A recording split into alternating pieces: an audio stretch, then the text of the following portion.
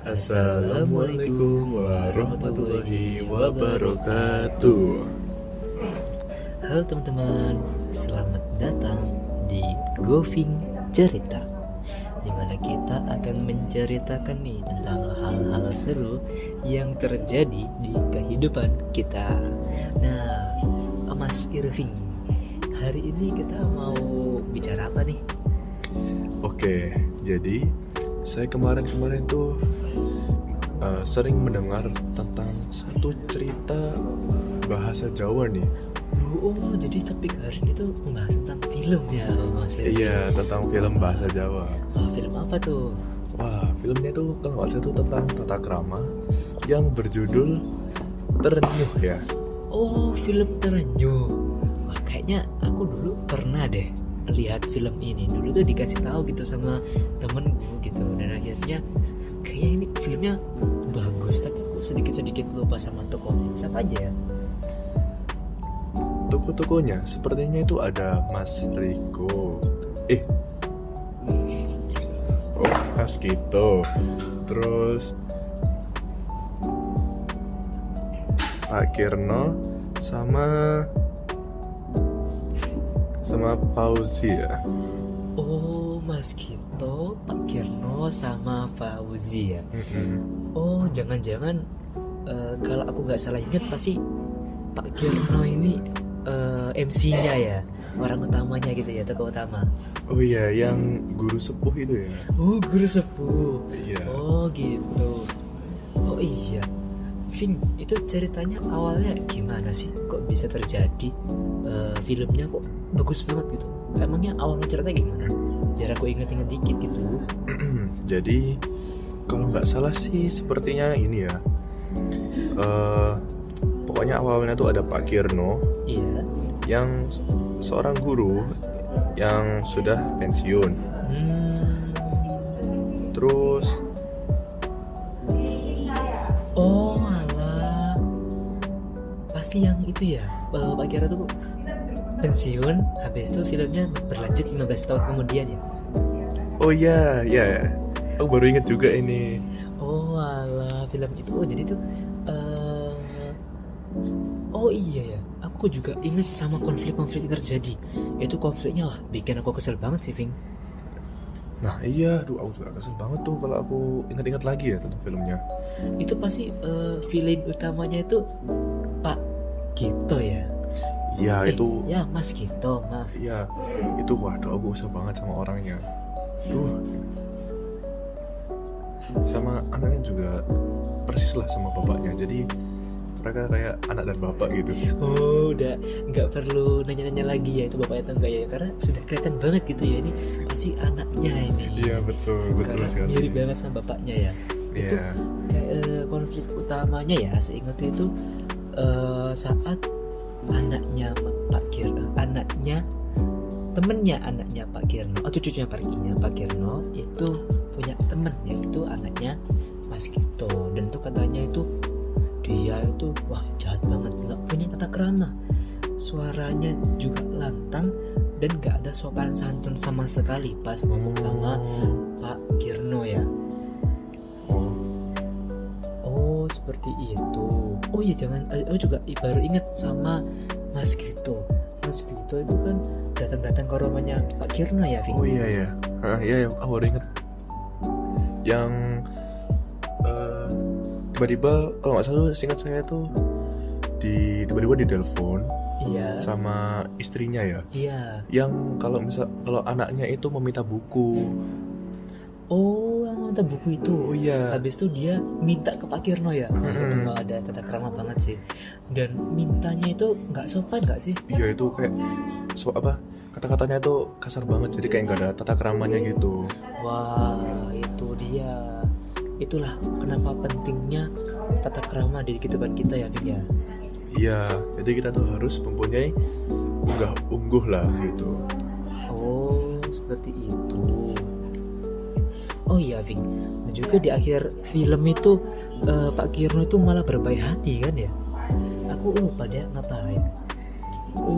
Oh iya, di akhir-akhir film kalau nggak salah Pak Kirno dan cucunya ya Iya. itu ngasih buku ke anaknya Mas Gito. Oh, ke anaknya Mas Gito. Wah, baik banget ya itu, menerapkan nilai kemanusiaan yang sangat kental, yakni andap asor atau artinya itu rendah hati gitu ya. Iya betul sekali. Jadi aku juga respect lah sama Pak Kirno.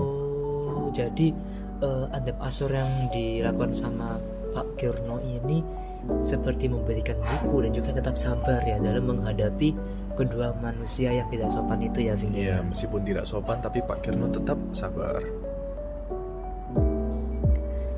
Oh, seperti itu. Dan juga si Mas Gito ini kayak gimana ya, Ving? Kok bisa oh ya, anaknya Mas Gito ini gimana ya? Kok bisa sekasar itu sama orang lain?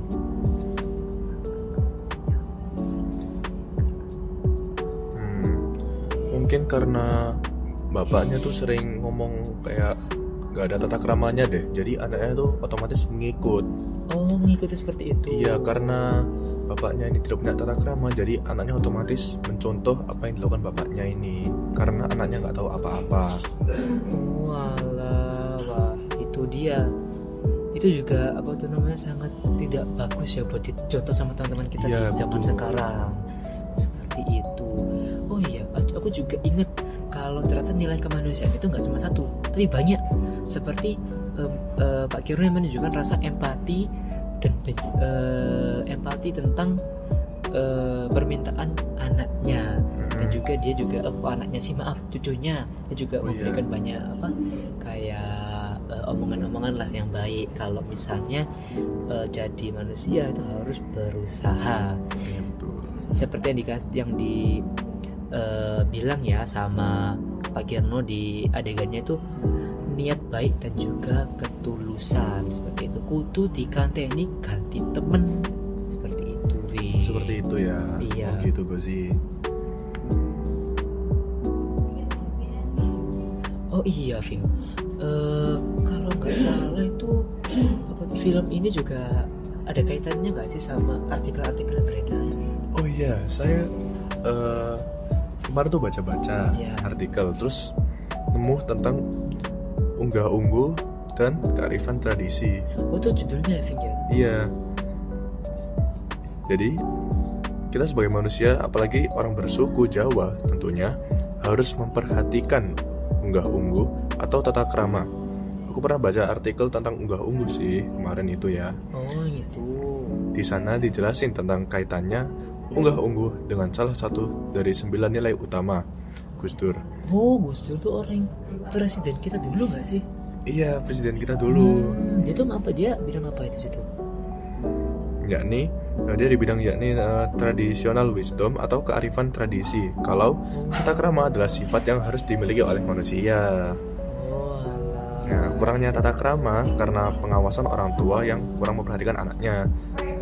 Jadi itu makanya kenapa kok anaknya Mas Gito itu kok sangat amat tidak sopan ya, tidak sopan karena mencontoh dari orang tuanya.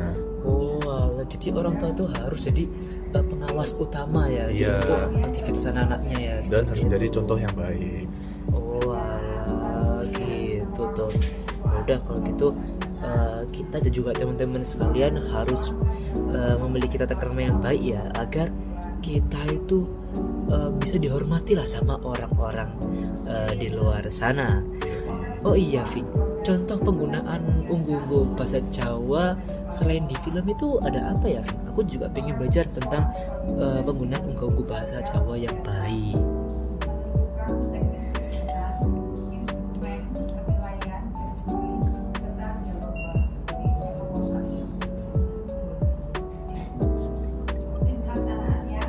Oh iya, Vin, aku juga baru ingat kalau bahasa Jawa itu ada 3 nggak sih jenis-jenisnya? Itu apa aja ya, Vin? Oh, bahasa-bahasanya. Iya. Jadi yang pertama itu ada ngokolugu. Oh. Nah, untuk contoh bicaranya yaitu seperti ini. Kowe sesuk sido melu dolan. Nah, kayak gitu contoh cara ngomongnya. Jadi ngokolugu itu dipakai buat berbicara dengan teman-teman kita ya. Iya, teman sebaya atau orang yang jauh lebih muda. Oh, seperti itu. Selanjutnya apa, Ving? Nah, yang kedua ada kromo alus. Fungsinya itu untuk menyatakan permohonan maaf dan menyatakan tujuannya. Oh, biasanya itu diomongin buat orang-orang yang lebih tua ya, Ving? Iya. Biar lebih menghormati ya. Iya, untuk orang-orang yang lebih tua, anak muda, dan yang lain-lain, untuk menunjukkan rasa hormat lah kepada mereka. Iya. Selanjutnya apa, Ving? Yang ketiga itu apa? Nah, yang ketiga atau yang terakhir itu ada kromo inggil. Oh, kromo inggil itu yang paling sopan gak sih? Iya, digunakan untuk menghormati orang yang sangat dihormati, seperti guru, orang tua, atau yang orang-orang yang sesepuh lah gitu. Oh, seperti itu. Jadi unggah-ungguh bahasa Jawa itu juga punya banyak jenisnya ya. Iya dong, kita kan sebagai manusia kan tinggal bisa milih aja nih. Kayak misalnya, wah sama teman kita, jadi kita otomatis bisa menggunakan mokolugu. Oh, gitu. Gitu. Oke. Nah, menurut pendapatnya Mas Irving sendiri, nanti tadi itu filmnya gimana sih? Dan apakah bisa diterapin buat kehidupan kita ya? Kalau dari aku sendiri ya, Iya. aku tuh belajar bahwa unggah-ungguh itu dan kearifan tradisi ya, Iya. seperti yang diwakili oleh nasihat Pak Kirno, adalah tentang kemurnian niat dan etika dalam bertindak. Jadi bukan sekedar formalitas. Iya. Ya, nilai-nilai ini mengajarkan bahwa kesabaran gitu. Kesabaran tuh hal yang paling penting ya, Ving ya. Iya, karena kayak di film tadi kan Iya. Pak Kirno kan tetap sabar tuh meskipun bahasanya Pak gitu itu kurang enak, tapi Pak Kirno tetap sabar dan rendah hati. Iya.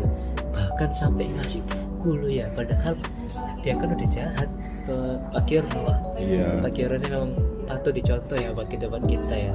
Iya dong, kayak aku banget tuh. Oh, jadi begitu. Oh iya, aku juga mau bilang beritahu nih tentang cara diterapin di kehidupan sehari-hari.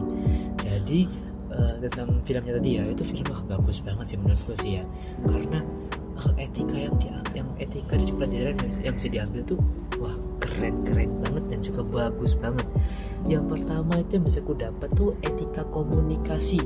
Jadi kalau kita ngomong nih sama orang lain itu harus menggunakan bahasa yang sopan dan juga menghindari kata-kata yang bisa menyakiti hati seseorang atau mengejek seseorang, atau mungkin yang intinya itu membuat orang lain tidak nyaman kepada kita, seperti itu. Oke.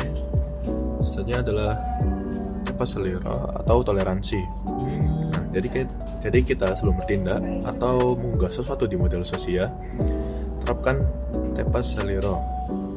Jadi kita tuh kayak nanya pada diri sendiri sih, kayak apa konten ini akan menyakiti orang lain atau pokoknya yang menyebarkan positif gitu. Jadi kita tuh harus mikir dulu sebelum kita men-share gitu. Sesuatu gitu ya, apalagi sekarang di media sosial itu kan banyak banget juga hoax ya. Iya, jadi kita harus menanyakan pada diri sendiri kalau ini udah pantas diposting apa enggak. Bener. Wah, sepertinya pembicaraan kita sudah panjang banget nih, Ving. Enaknya kita bagi ke part 2 gak sih, kayak sehari aja ya. Jadi kita akan ganti ke part 2 ya. Jadi yang sabar. Bener banget, yang sabar ya. Tenang saja, kita bakal kembali kok keesokan hari, insya Allah. Insya Allah ya. Semoga Allah tetap memberikan kita kesehatan sehingga kita bisa membuat podcast ini lagi. Amin. Wah, baik, sepertinya sampai sini saja ya pembicaraan kita pada apa nih, pagi, siang atau sore? Nggak tahu ya, tergantung yang mendengar nih. Wah, benar banget. Ya udah, kalau gitu kita mohon pamit dan kita mau bilang mohon maaf ya ke teman-teman yang misalnya penjelasan kita kurang jelas. Iya, semoga pembahasan singkat kita tadi bisa membuat kalian para pendengar yaitu paham lah sama konteks tata krama. Bener banget itu, Vic. Tata krama itu topik utama yang kita bicarakan pada hari ini atau podcast kali ini. Oke, jadi mungkin hanya itu saja ya dari kami. Sekian dari kami. Terima kasih sudah mendengarkan podcast kami. Wassalamualaikum warahmatullahi wabarakatuh.